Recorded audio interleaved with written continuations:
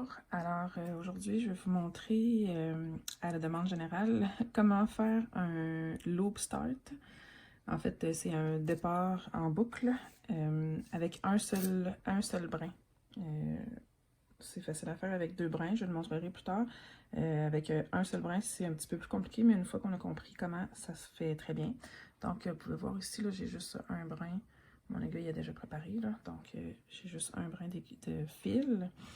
Alors, en fait, un départ en boucle, c'est avec un fil, c'est qu'on doit créer notre boucle nous-mêmes. Donc, moi, je rentre mon aiguille un petit peu plus bas. Je me laisse un petit lousse de fil.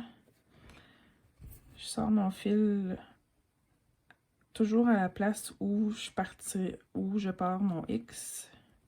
Après ça, il faut rentrer notre aiguille encore à la même place, dans le même trou qu'on vient de sortir notre fil. Puis là, on tire par en arrière, mais on laisse un bout de fil qui dépasse, qui fait une boucle. De là, le nom de départ en boucle ou loop start. Après ça, on revient ressortir notre aiguille au deuxième point où on fait toujours notre X. Puis, on passe l'aiguille dans la boucle. Tout simplement comme ça. On tire un petit peu. Je rentre encore mon aiguille à la première place. Je tire et voilà. Ma boucle est passée. Mon fil tient. Je fais mon X. Je termine mon X comme je ferais normalement. Et je continue.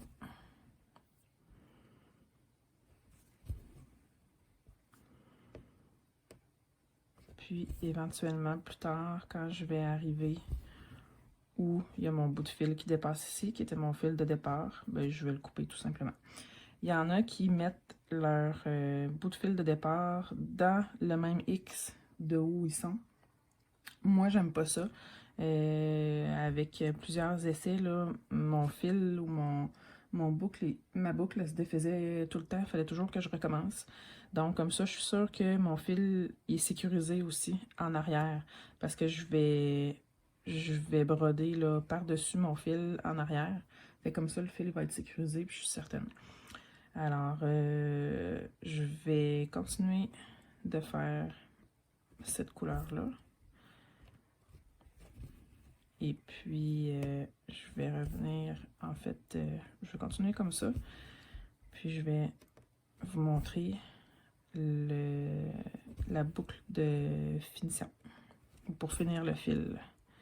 Quand on travaille avec un seul fil, avec le loop finish.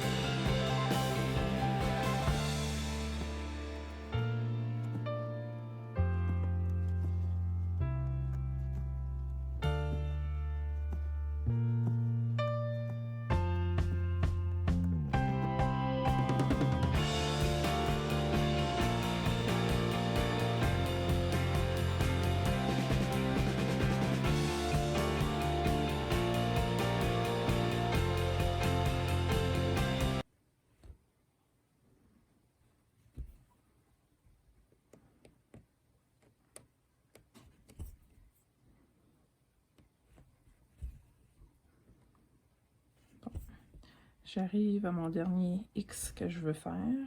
Alors, pour faire un loop finish, je fais ma première partie de mon X comme je ferais d'habitude.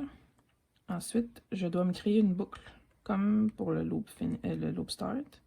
Donc, je rentre ici mon aiguille dans ma première partie de la dernière. En tout cas, je sais pas si vous allez comprendre, mais la dernière partie, le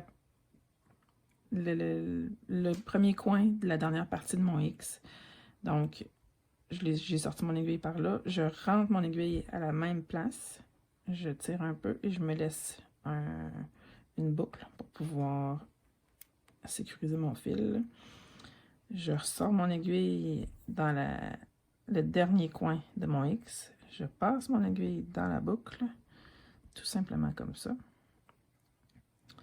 Et je reviens mettre mon aiguille où j'avais fait ma boucle. Et voilà, mon fil est sécurisé. Je tire dessus fort, il n'y a rien qui bouge de là. Puis je viens ressortir mon fil un petit peu plus loin. Je viens ressortir mon fil un petit peu plus loin. Je coupe. Et voilà, c'est fait. Alors, moi, c'est les méthodes que j'utilise parce que je déteste. En fait, je ne suis pas installée pour tourner mon Q-snap de bord puis passer mon aiguille en dessous des fils à l'arrière. Alors, c'est de la manière que je fonctionne. J'espère que ça vous a aidé. Bye bye!